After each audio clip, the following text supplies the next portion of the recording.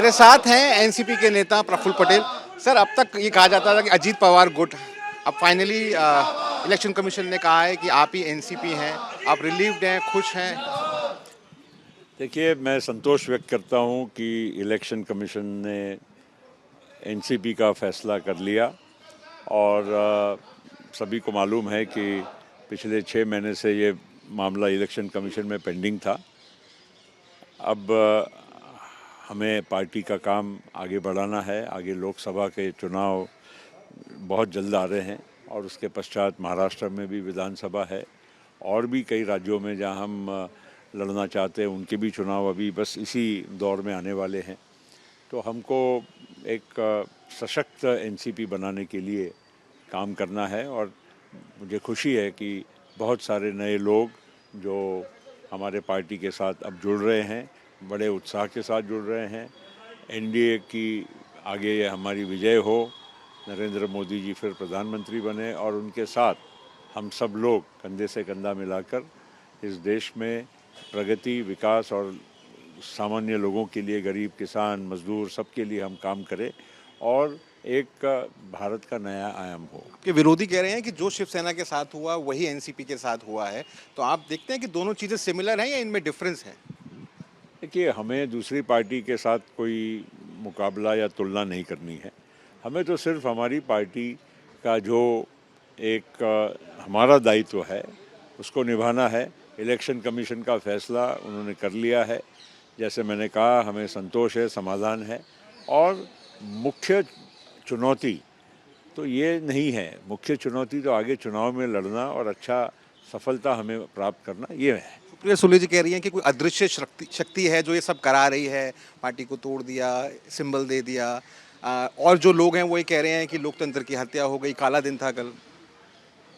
अब ऐसा है, इस देश में संविधान है। हम बोलते हैं कि हमको कानून की व्यवस्था, लॉ एंड जुडिशरी, हमारी जो न्यायपालिकाएं हैं उस पर विश्वास है। जो इस देश की संस्थाएं हैं, इलेक्शन कमीशन भी एक कॉन्स्टिट्यूशनल अथॉरिटी है जिसको सुप्रीम कोर्ट के जजेस के बराबरी का दायरा है। तो इस तरह से हम किसी भी संस्था के जो फैसले हैं हमको अच्छे लगे तो ठीक, और हमारे विपरीत आए तो हम संस्थाओं को बदनाम करें, तो इस तरह हमारी लोकतंत्र की कोई अच्छी ये एक मिसाल नहीं है। आपके साथ में कांग्रेस पहले एनसीपी के साथ में उनका ये कहना है कि दरअसल ईडी और सीबीआई ये सब फ्रंटल ऑर्गेनाइजेशंस हैं, इनकी जोड़ तोड़ की राजनीति का नतीजा है जो कल घटा। अब विरोध में हम भी कल तक जब थे तो कुछ भी मतलब ठीक है, ये लोकशाही में सत्ता और विरोधक ये दोनों एक दूसरे के ऊपर कुछ न कुछ आरोप प्रत्यारोप करते रहते हैं। लेकिन अब क्योंकि जिस तरह से विपक्ष विफल हो चुका है तो उसके कारण ये सब इस प्रकार के बेबुनियाद आरोप सरकार पर और बाकी की संस्थाओं पर लगाए जा रहे हैं।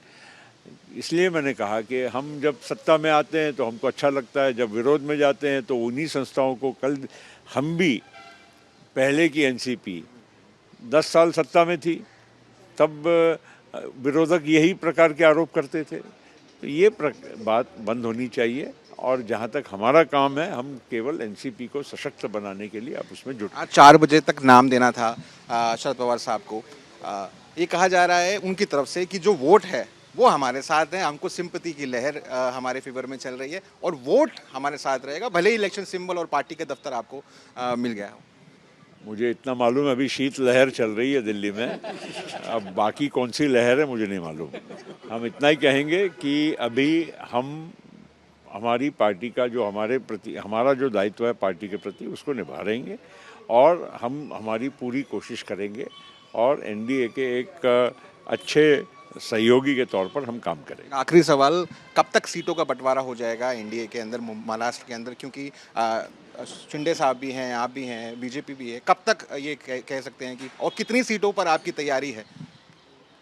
अभी इस पे फैसला जल्द होगा क्योंकि अब समय नज़दीक आ रहा है। अभी तक कोई बातचीत ऐसी अनौपचारिक बातें होती हैं, लेकिन औपचारिक तौर पर बैठकर फैसला करने के लिए ये प्रक्रिया कुछ दिनों में हम शुरू करेंगे। उसके बाद ही मैं बता पाऊँगा क्योंकि एज अ सहयोगी पार्टी हमने हमारे दावे बिना बातचीत किए करना ये योग्य नहीं है। थैंक यू हमसे बात करने के लिए।